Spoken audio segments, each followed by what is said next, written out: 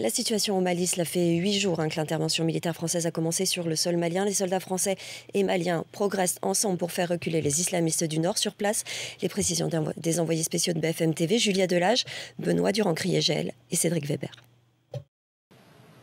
Écoutez, depuis la prise officielle de la ville de Konna au centre du pays, tous les yeux se tournent évidemment maintenant vers un front plus à l'ouest autour de la ville de Diabali. Une ville qui semble finalement poser plus de problèmes que prévu aux armées françaises et maliennes. En effet, hier, des élus locaux de cette petite ville à une cinquantaine de kilomètres d'ici ont déclaré que la ville était libre et que l'armée française et malienne effectuaient des opérations de ratissage. Mais très vite, d'autres sources locales nous ont confirmé que les armées françaises et maliennes n'étaient pas entrées dans la ville mais se situaient plutôt dans son agglomération. Une information confirmée par le ministre de la Défense français, Jean-Yves Le Drian, qui nous a expliqué qu'il n'y avait aucun combat entre l'armée française et les assaillants du côté de la ville de Diabali. La situation est donc très confuse ici. Le préfet de la région de Niono que nous avons rencontré aimerait évidemment que les choses aillent beaucoup plus vite.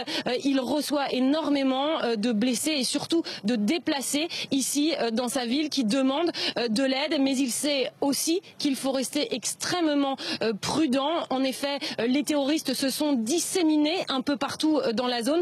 D'ailleurs, aujourd'hui, des vols de reconnaissance ont eu lieu pour tenter de les localiser.